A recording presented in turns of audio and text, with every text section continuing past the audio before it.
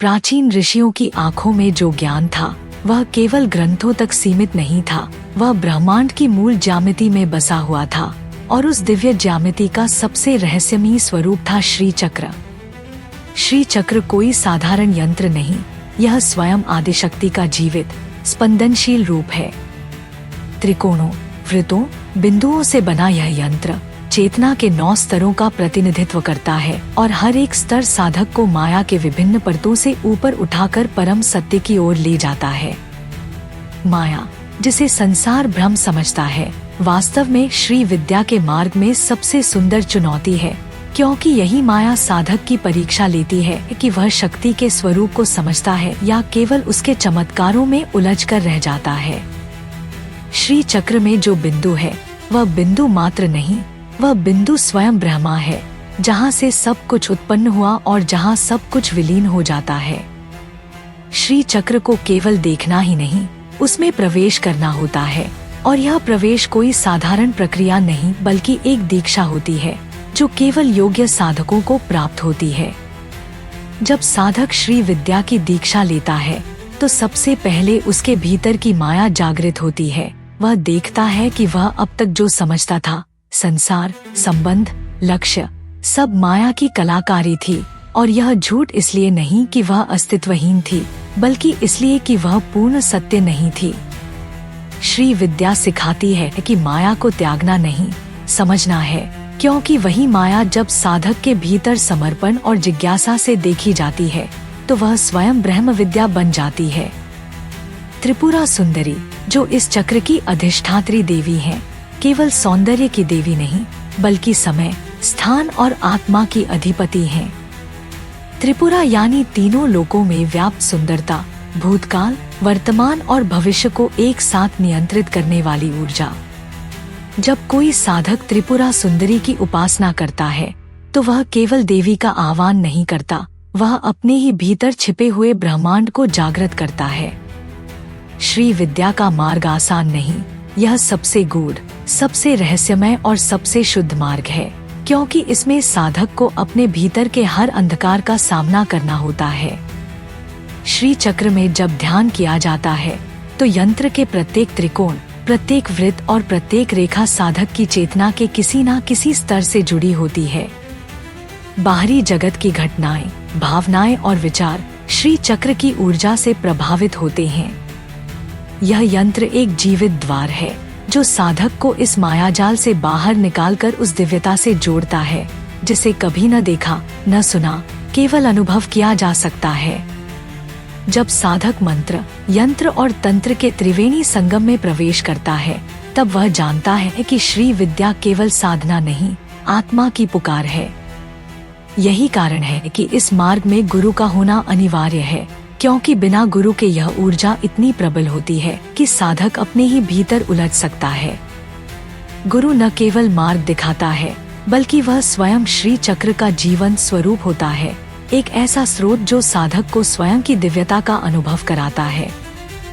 यही वह क्षण होता है जब साधक को एहसास होता है कि यह ब्रह्मांड कोई स्थूल संसार नहीं बल्कि चेतना का एक विस्तृत जाल है और श्री चक्र उस जाल की कुंजी है। और जब साधक इस दिव्य श्री चक्र की गहराइयों में डूबता है तब वह जानता है कि यह यात्रा केवल बाहर की नहीं बल्कि अपने भीतर की सबसे गहन परतों में प्रवेश करना है, जहां त्रिपुरा सुंदरी स्वयं उसका मार्गदर्शन करती है, जहां उसकी चेतना माया की परतों को धीरे धीरे भेदती है और वह स्वयं को उस सत्य की ओर बढ़ते हुए अनुभव करता है जिसे न शब्दों में कहा जा सकता है, न बुद्धि से समझा जा सकता है।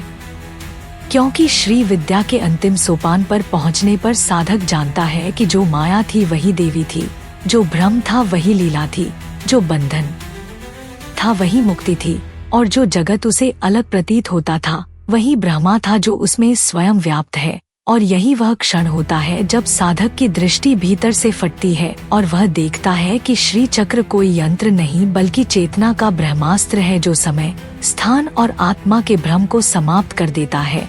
वह देखता है कि जिस संसार को वह अब तक स्थूल समझता था वह केवल एक कंपन था, एक तरंग थी, एक मैट्रिक्स थी जो उसकी चेतना से ही निर्मित थी।